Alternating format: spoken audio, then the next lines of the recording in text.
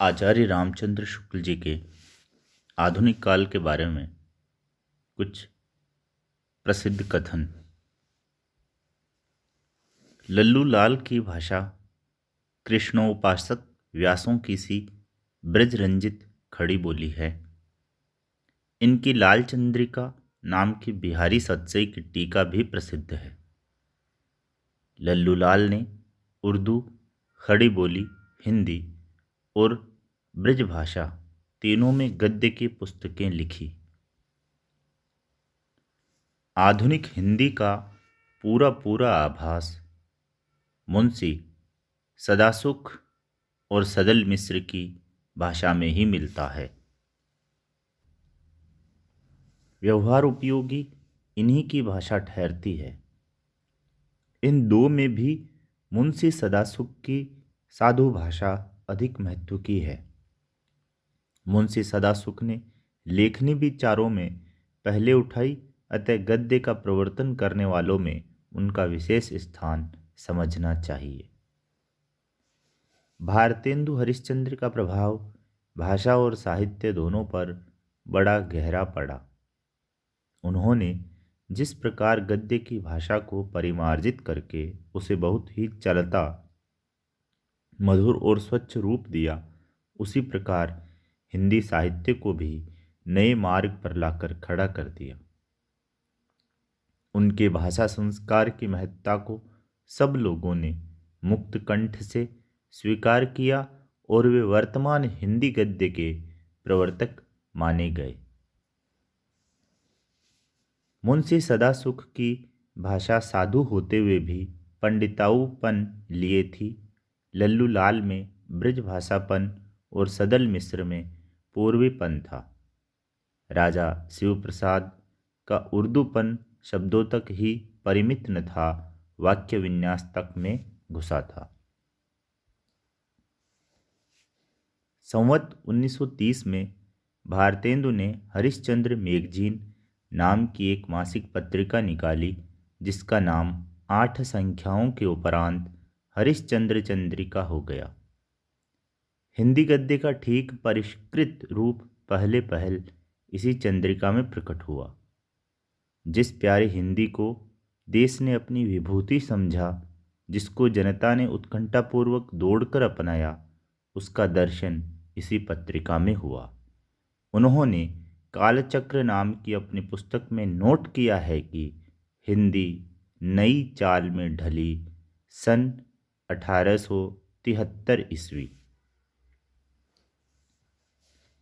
संवत 1931 में भारतेंदु जी ने स्त्री शिक्षा के लिए बाला बोधिनी निकाली थी। गद्य रचना के अंतर्गत भारतेंदु का ध्यान पहले नाटकों की ओर ही गया। अपनी नाटक नाम की पुस्तक में उन्होंने लिखा है कि हिंदी में नाटक उनके पहले 2 ही लिखे गए थे, महाराज विश्वनाथ सिंह का आनंद रघुनंदन नाटक और बाबू गोपाल चंद का नहुस नाटक। कहने की आवश्यकता नहीं है कि दोनों ब्रजभाषा में थे।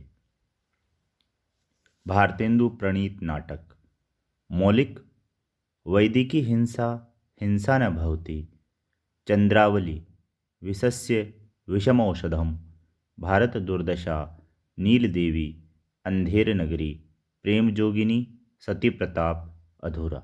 अनुवाद विद्या सुंदर, पाखंड विडंबन, धनंजय विजय, कर्पूर मंजरी, मुद्रा राक्षस, सत्य हरिश्चंद्र, भारत जननी।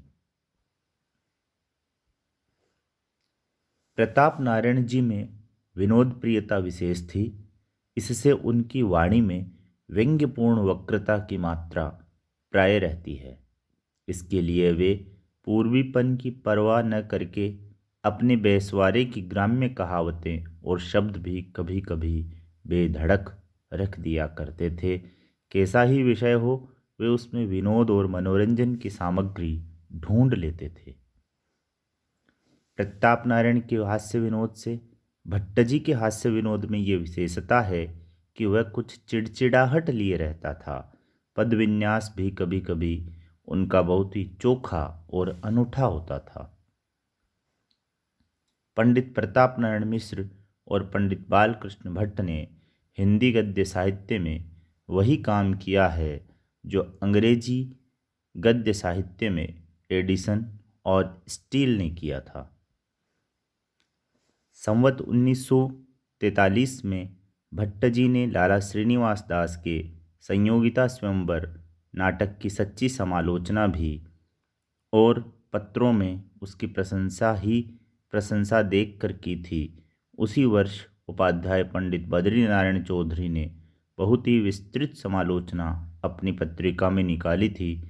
इस दृष्टि से सम्यक आलोचना का हिंदी में सूत्रपात करने वाले इन्हीं दो लेखकों को समझना चाहिए। उपाध्याय पंडित बद्रीनारायण चौधरी प्रेम घन की शैली सबसे विलक्षण थी। वे गद्य रचना को एक कला के रूप में ग्रहण करने वाले, कलम की कारीगरी समझने वाले लेखक थे और कभी कभी ऐसे पेचीले मजमून बांधते थे कि पाठक एक एक डेढ़ डेढ़ कालम के लंबे वाक्य में उलझा रह जाता था। रणधीर प्रेम कहानी नाटक रणधीर प्रेम मोहिनी नाटक अंग्रेजी नाटकों के ढंग पर लिखा गया है। इसमें प्रस्तावना नहीं रखी गई है। दूसरी बात यह है कि यह दुखांत है। भारतीय रूपक क्षेत्र में दुखांत नाटकों का चलन न था। इसकी अधिक चर्चा का एक कारण यह भी था। ठाकुर जगन मोहन सिंह साहित्य और अंग्रेजी के अच्छे जानकार तथा हिंदी के एक प्रेम पथिक कवि और माधुर्यपूर्ण गद्य लेखक थे। प्राचीन संस्कृत साहित्य के अभ्यास और विंध्याटवी के रमणीय प्रदेश में निवास के कारण विविध भावमय प्रकृति के रूप माधुर्य की जैसी सच्ची परख, जैसी सच्ची अनुभूति उनमें थी, वैसी उस काल के किसी हिंदी कवि या लेखक में नहीं पाई जाती। ठाकुर जगन मोहन सिंह प्राचीन संस्कृत साहित्य के रुचि संस्कार के साथ भारत भूमि की प्यारी रूपरेखा को मन में बसाने वाले पहले हिंदी लेखक थे। धन्यवाद।